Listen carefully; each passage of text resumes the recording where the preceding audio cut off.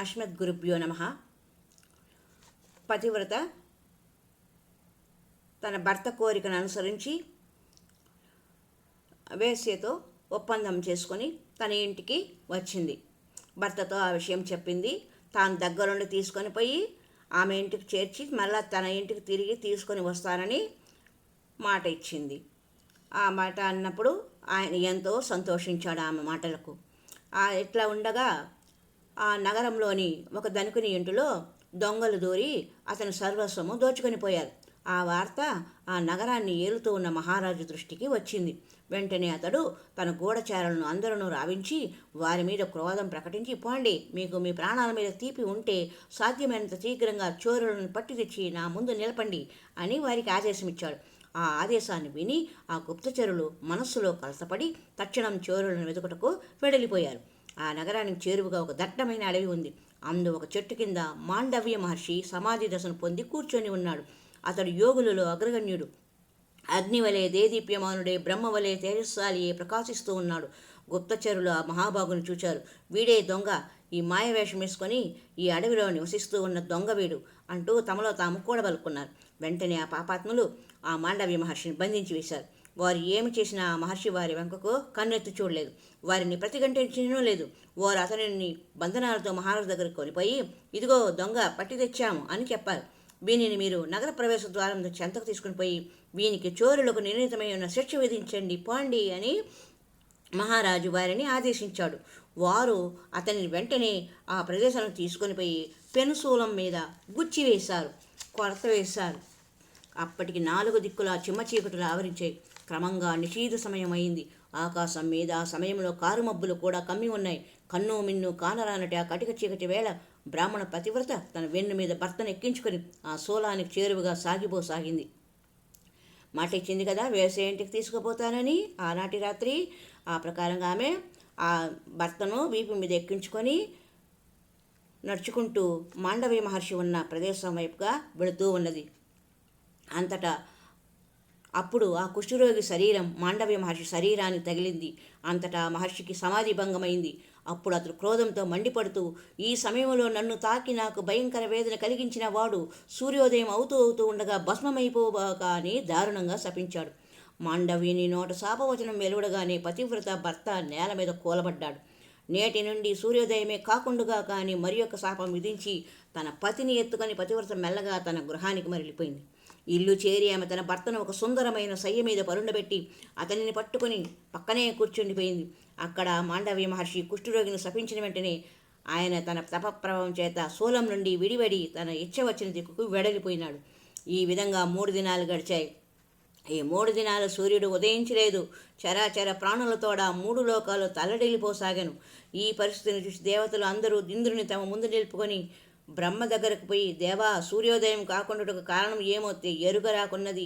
మీరిప్పుడు యుక్తాయుక్తాలను ఆలోచించి కర్తవ్య నిర్ణయం చేయగోరుతున్నామని అతనిని ప్రార్థించారు. వారి మాటలు విని బ్రాహ్మణ పతివ్రత యొక్క మాండవ మహర్షి యొక్క ఉదంతం వారికి తెలియజెప్పాడు. అనంతరం దేవతలందరూ విమానారూఢులై బ్రహ్మదేవుని ముందు నిడుకొని శీఘ్రంగా పోయి కుష్ఠరోగ పీడితులైన ఆ బ్రాహ్మణుని ఇంటికి చేరారు. వారి విమానాల కాంతితో అచ్చటకు చేరిన మహర్షుల తేజస్సుతోనూ పతివ్రత గృహం కోటి సూర్య ప్రభా సమానమైంది. హంసల వలె ధవళకాంతులను ప్రకటిస్తూ ఉన్న విమానాలను అందున్న దేవతలను పతివ్రత చూచింది. అప్పుడు ఆమె తన పతి చెంత పరుండి ఉంది. బ్రహ్మ ఆమెను సంబోధించి, తల్లి, సూర్యుడు ఉదయించకుండా నీవు విధించిన ప్రతిబంధకం కారణంగా దేవ బ్రాహ్మణ గోగణాదులకు పెనుముప్పు దాపరించింది. ఇలాంటి పని చేయడానికి నీకు మనసు ఎలా ఒప్పింది? సూర్యోదయం కాకుండా నీవు విధించిన ప్రతిబంధకాన్ని ఉపసంహరించుమమ్మా అని పలికాడు. అప్పుడు పతివ్రత ఇలా బదులు చెప్పింది, దేవా, నాకు కేవలం ఒక పతియే గురువు. అతడే నాకు సర్వస్వం.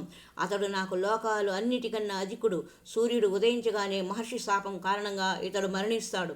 అందుచేతనే నేను సూర్యుడు ఉదయించకుండా ప్రతిబంధక శాపం పెట్టాను.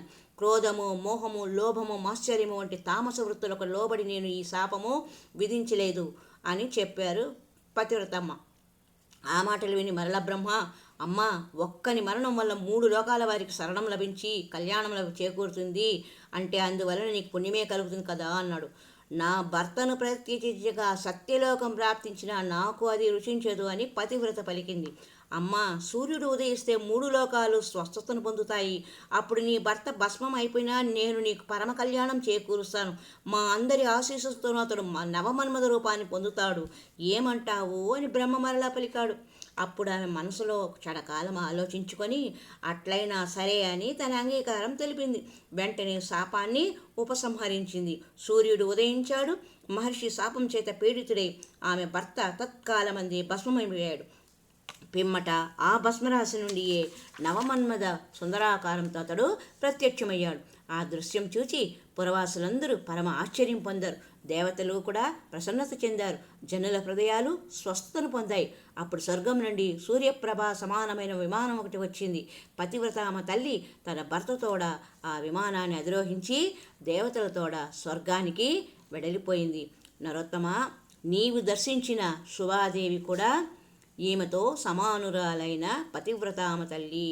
సౌభ్య అన్న పేరు గల పతివ్రతయే సుమతి అనే పేరుతో మనము చెప్పుకున్న కుష్ఠరోగ వ్యాధి పీడితుడైన భర్తతో సహజీవనం చేసిన పతివ్రత. ఆ కారణం చేత ఆమె నాకు సమానురాలైంది. తన పాతివ్రత్య ప్రభావం చేతనే ఆమె భూత భవిష్యత్ వర్తమానాలు 3 కాలాల విషయాలను తెలుసుకోగలిగింది. ఇదియే పతివ్రతామ తల్లి చరిత్ర. పరమ పుణ్యమయమైన ఈ చరిత్రను ఎవడు ప్రవచించి లోకులకు వినిపిస్తాడో వాని అనేక జన్మల పాపాలు అన్నీ ఒక్కమారుగా చెల్లిపోతాయి అని విష్ణుదేవుడు నరోత్తమునికి చెప్పిన పతివ్రతామ తల్లి కథ. హరి ఓం తత్సత్. మరి యొక్క సంచికలో మాండూక ఋషి యొక్క చరిత్రకు సంబంధించిన విశేషాలను తెలుసుకుందాం. హరి ఓం తత్సత్.